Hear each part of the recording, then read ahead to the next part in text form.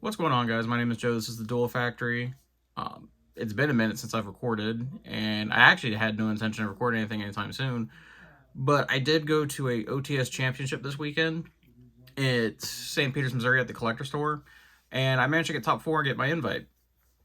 Uh, Out of surprise of everything, of all the things I decided to break, I just decided to bring Blue-Eyes, which is my pet deck, which, to be perfectly honest, I didn't expect to do well. I just went up there to kind of just play for fun, especially since I'm kind of like irritated with the format and just waiting for new stuff to come out, banless come out, all that fun stuff. So I figured I'd just play something I enjoy.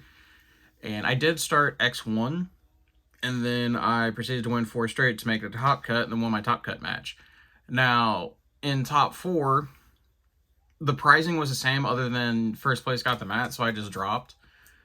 However, I noticed playing the deck, I think my matchup was going to be against Rolad Mitsurugi, and this deck surprisingly has a really good Rolad matchup, and the Cool Tune matchup isn't impossible, but what I will tell you is, I feel like since I knew my deck a lot better than most people actually knew their deck, I thought it made the matchups a lot easier, and I'll be honest with you, there's nothing actually really, like, super special about this deck. It's just a very, very standard list, right?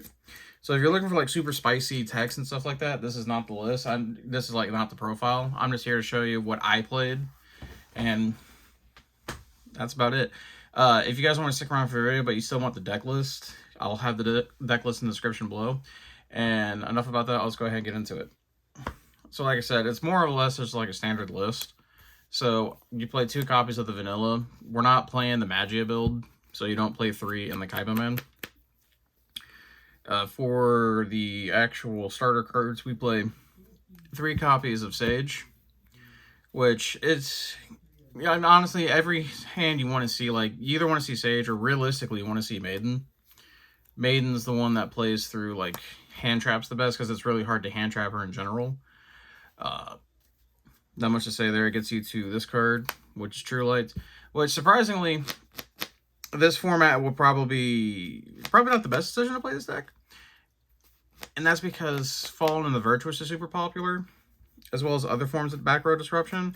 But as long as you sequence your plays correctly, you can actually avoid the risk of those cards. But that being said, like I said, you have to sequence properly. Otherwise, this is going to be the biggest risk on your board. I only played 2 copies of Witches. Now, in the past, when I've played this deck, I've been a bit advocate of playing 3 because you want to maximize your starters. But what I will tell you, in terms of actual, like, starters themselves, Wishes actually isn't that great, and you don't really want to see the card in your hand. You want to save this for, like, the last possible play, or if you have no other option. And you can always get it off of True Light itself. However, I think it's good enough that you need to play the second copy instead of just playing 1, which I've seen a couple lists do. Note, this build is actually heavily inspired by Prophecy Wiz on YouTube. He's been playing a lot of Blue-Eyes. And I took a lot of theory from that and applied it to this. And he was playing 1 and no trap card. I didn't agree with that. So I played 2, and I played the 1 Roar, and I also played the 1 Majesty of White. These cards were okay. Roar the Blue-Eyes White Dragon is probably definitely more important than the trap card.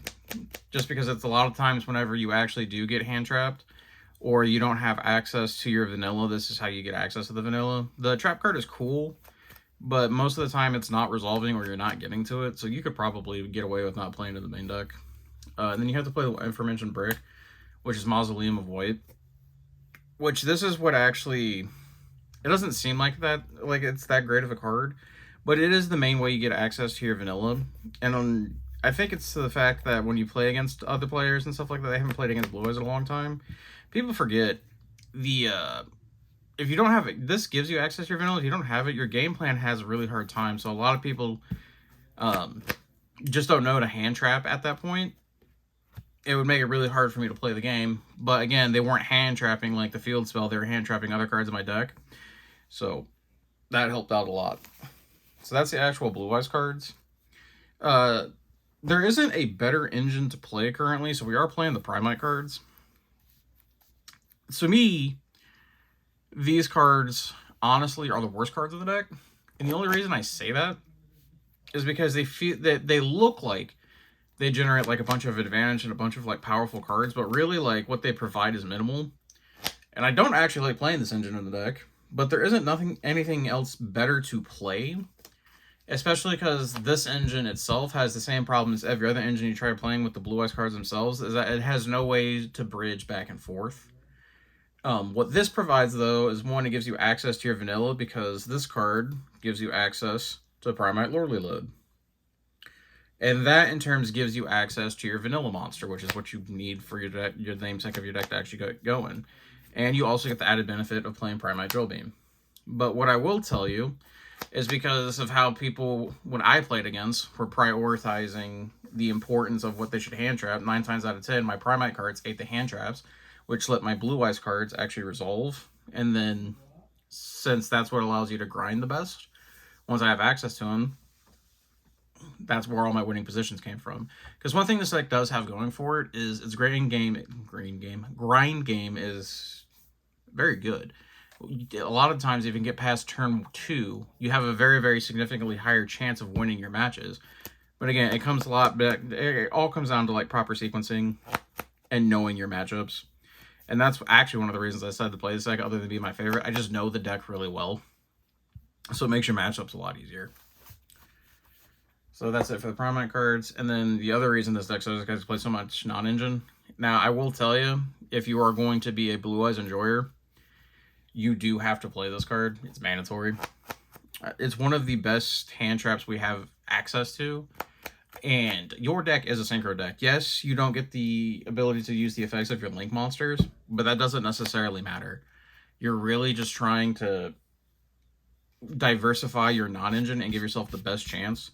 And the cool thing about this card is, not only is it a hand trap interruption, but it also gives you the ability to play cards like Despy and Luluwaylith, which also gives you more access to your engine because of its ability to special summon a spellcaster whose attack equals defense. So going second, technically this card's a pseudo starter, depending on what the situation is or if you don't have access to your engine. I also played 3 copies of Ash. It's generic. I played 3 copies of Bell. This card was really good for me. Arguably, so was Ghost Hugger. Ghost Hugger might have been a little bit better, so I could probably switch the ratio because I played 3 and 2. But the card was really good for the format. I played 3 Purge. This card, I'm not completely sold on for the current format. I could take it or leave it. It could be Spark, honestly. But it does have confliction with your hand traps and non-engine. But I don't think it actually mattered that much. It was good when I needed it. 3 copies of Imperm. This card was also kind of just average, but paired with something else became really good. And then I played 2 copies of Ghost Ogre. This card overperformed, and arguably I could probably cut down, I could cut Ghost Spell down to 2 and then play 3 of this. Like, card was just really good every time I saw it. And then one of the hand traps, you play 1 Veiler. This is by far the worst hand trap in my deck, but you can search it off your regular combo, so I feel like you're obligated to play it. And then 1 copy of Magnamut. Magnamut's kind of cool because when you play it, it can search your copy of Harmonia, and then you can have Harmonia going into your turn, which actually is a really cool board push if your opponent decides to like use their monster effects on board. But that's it for the non-engine. It's a 40 card clean. Then on to the extra deck. You play 2 copies of Spirit. No more, no less. A lot of the times this card also gets hand trapped too, which is kind of crazy. Which, not having access to the field spell, like, again, like, proper place to hand trap is a field spell, if that's the only way you have access to your vanilla. The Reborn effect comes up more than anything. So there's that. I play 3 copies of the Blue-Eyes Spirit Dragon. Originally, in most of my lists and stuff like that, I only played 2. However, a lot of the times you just realize this is the only card you want to be going into, and this is what allows you to grind with your opponent so well. 1 copy of Blue-Eyes Ultimate Spirits. I see a lot of this play 2, but I don't only think you need the 1. A lot of times the games don't go long enough for you to like summon and resolve to, but you do make these quite frequently, so maybe there's an argument to play 2. 1 Neo Ultimate, and then 1 Blue-Eyes Tyrant Dragon. This is definitely the win con of the deck. If I played the Dominus build of this deck that plays like you like really max out of it, I would play 2, but 1 was just fine. You can revive it with the ultimate effect. You have access to it when you need it, so not much to say there. And then for generic good cards, like stuff you can summon off of the spirits, I play one copy of Lightstorm Dragon. Card was really good for me. Play one copy of Kingdom Dragon and one copy of Cosmic Blazar. Never been a really big fan of these cards, especially with the prevalence of Nibiru and past formats. It never made these cards, to me, it never really made the cards like really viable. But because of how the format's currently shaped, I thought it was a good time to play this, because a lot of times you can go into Double Spirit and your opponent's just not going to respond with like Nib or Board Wipes or anything like that. And I summoned these a couple times. Like, these cards are really good. Also, it doesn't conflict with Purge if you have to activate it, so that's really cool. And then, I guess you could say kind of a tech-ish choice or something like that. I played one Virtual World QB, Shinshin. Never made the card once. The thought behind it was kind of cool, and I got the idea from Sunny P, who plays it in a lot of his Blue-Eyes lists, and he swears by it, so I just kind of took his word for it. But I never made the card, and I was never in a position where I could. I did play one Orcus player, and I thought this card would have been really good, but like I got hand trapped quite frequently. And it just didn't seem that great to make, whereas I could just make Double Spirit, and they would have to deal with the Double Spirit instead of Spirit Shinshin. So, I don't know. Probably the most cuttable card in the extra deck. I would probably replace it with Moonlight Rose Dragon, which I meant to do, actually. I just never got to it, and when I said, screw it, we'll play this card. So that would probably be one change I would definitely make. This is for Harmonium, and surprisingly I don't own Ultra. But it is a light dragon that can be sent off. It can also technically be summoned off Spirit, but that play never comes up. It's just a form of interruption you can send. And then the card I mentioned earlier, Despian Lulu Wailith. This is what makes your Harmonia a starter. I don't actually think there's a way to make it in this deck. Because, yeah, it's a level 12. Which, that would be insane if I did that. But, yeah, not much to say. You're just sending it to get Summon Maiden. And then the last card was Heavenly Sphere, or Heretics Seal of the Heavenly Sphere, whatever you want to call it. Past profiles, I've played 2. However, because of the prevalence of board removal cards, or like Fallen the Virtual Wizard or something like that, this card's just not that great. It's actually the worst it's ever been. But I do feel like you're obligated to play one. And the only reason I say that is there's just a lot of times you'll have like Blue-Eyes and Spirit that got hand trapped or something like that, and you just need a way to clear the Spirit, especially if it got like impermed or something like that. So this happens to be a Dragon Link. It's also light, so you can still play it under Purge. And if somehow this does end up sticking on the board, it can technically tutor out either Blue-Eyes or Ether Barrel, or the most common was Magnuma to get to Harmonia. So I feel like you're obligated to play it. Just note, if you're making it, it's probably not resolving ever. So just keep that in mind. And then, since this is an OTS Championship, I'll go ahead and show my side deck. So, as you'll notice in the main deck, I didn't main any Charmers. I just didn't think they were that great in the main deck of this deck particularly. So, I played 3 Fua. And then I also played 3 Perulia. So, in the Blue-Eye strategy itself, I've never thought the Charmies themselves, like, I've played them before in the past, and I played all 6 in the deck at one point. But as I continued playing it, I just never thought this card was good enough or justifiable enough. Now, what I will say, post games 2 and 3, it got a lot better, especially since I know what I'm playing against. And I did end up playing against Rolad twice, which the Charmers are, like, okay at best. Like, Perulia is definitely better than the Fuba in that matchup, especially if they lead with either because Asmine is the most popular build, or if they lead with, like, the Griffo play. Card's, like, really good. And then, like I said, they're just, like, deterrents. So, like, you're really never, like, stopping them with these cards. You're just trying to make it awkward and make half boards. One thing I did take from one of the other lists, mainly Prophecy, was he was playing 3 copies of 3 Skullmeister. And it was like a 50-50 hand trap, right? Like, a lot of the times, like, you side it in, and you're boarding it against, like, Rolad decks, and you're boarding against, like, Cooltoon. The one thing I've noticed in the Cooltoon matchup is you don't really care what their Synchro monsters do, because your monsters trade, like, very, very well with them. You're really just trying to stop the graveyard effects of those cards, as well as the Rolad deck itself. You're really just trying to stop, like, the Skull Archfiend from recycling the cards coming back. You're trying to stop, I can't remember what the card was revived. But you're really just trying to stop the graveyard effects, even though you have a Synchro monster. You're just trying to put, like, a little extra added touch to it. And honestly, it was fine. I could arguably replace this card with Spark as a side deck card, but I don't know on that one. These cards were actually pretty good. I played 2 more Bystials, just kind of like up my count. The Baldrake was really, really good. The Juris Swarm, it was just another name, really, but I feel like you're obligated to play it. It's at 1 for a reason. Side deck 1, Call by the Grave. I don't really like this card in decks that hand trap, like have like a high hand trap count, but I do like the card going first. Not to stop hand traps, but give you like an extra layer of interaction if you do draw it. Now, granted, there are like a couple times like you would need it to like actually stop a hand trap so you can continue playing. Specifically, cards like Ogre on. If you don't have a way to make Spirit first, you would definitely want to stop Ogre.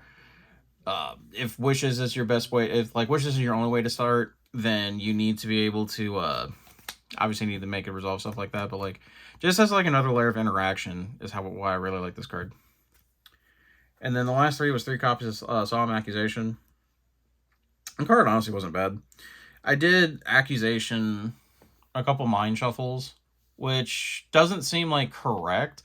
But I did notice, even like they can still get it back. But I did notice if you pay the 3,000 to banish all their copies, then it makes their game really, really hard. And then they have like it makes the game a lot more simplified because now like your hand traps that you like pair with your board, it makes it you can stop specific interactions and they just never get to play the game. But that is it for my Blue-Eyes deck profile that I took to the OTS Championship and got top 4 with. My matches were my matches were pretty diversified, now I think about it. So my round 1 was my loss. I played against Blitzclick, and that was actually kind of surprising, just because this deck has a really, really good Blitzclick matchup, because as my opponent pointed out, you don't really actually do anything on the field. All your interactions are like between your face-down cards and in-hand interactions. But that matchup, I feel like I just got unlucky. Round 2, I played against Cool Tune. I did win the dice roll, making that slightly a little bit easier. And the benefit of that deck, even though it's the best deck of the format, because of how few starters it has compared to other decks, if you open just slightly better, and again, you know your deck a little bit better than your own opponent, then that matchup isn't as hard as it looks. My round 3, what did I play round 3? I played against... Let me think here. I played Blitzclick round 1. I played Cool Tune round 2. Oh, I played against... Actually, I played the coolest deck of the entire tournament I played was this kid playing Dragon Link Azamina, and he was doing the version of it that played the White Forest spell that allows you to fusion summon, and he fusion summoned into the Fatal Flare, and that's how he got his combo going, and that deck was sick. That was probably one of my favorite matches of the day. Round 4, I played against an actual RDA deck, and that deck actually did some really, really cool plays. Like I said, I just knew my deck better than his, so that carried me. My round 5, I played against Roulette Azamina, and what is it? That was the only match that I ended up 2-0ing. Let's see, rounds 2, 3, and 4, I actually had the Legacy 2-0, because I started 0-1 all those matches, and then I won games 2 and 3. That was pretty sick. And then my top 8 match, I played against the Azamina Orcus player. And that was probably the best match of the day. It's just really, really grindy. And you could both tell, like, we knew our interaction and stuff like that. And what it boiled down to is game 3, we were sitting there, and he was trying to crack my board. And he got pretty close. But I had Harmonia Bell as my hand traps, and I Harmonia earlied. And then held Bell as long as I possibly could. So we went into a play where he went to bring back his monster with Simple Skeleton. I stopped that play, and that actually won the match for me, because then I proceeded on the crackback to make a double spirit. And like, now that his graveyard's locked out of like actual like effects and stuff like that, that just sealed the game for me. And then if I would have played my top 4 match, I would have played against Mitsu Rolad. But like I said, the pricing was the same. The only difference was the mat, and I just didn't care that much. Continue playing this deck? I probably will, because like I said, it's my favorite deck. Kaiba was my favorite character, and this format's just kind of stale to me, so probably playing that. Now, I did recently pack both these cards, and I see there is a what's it called? A Blue-Eyes Rolad version. Again, my gripe with that deck is there's actually no way to bridge the cards, so you'd have to do like in and around things. But this deck, because these make the fusion requirements for Magia, and I just recently got an extended art Magia, you can make Dragon Master Magia every single turn. I love that card, so I'll probably do something with that. But don't forget to like, comment, subscribe.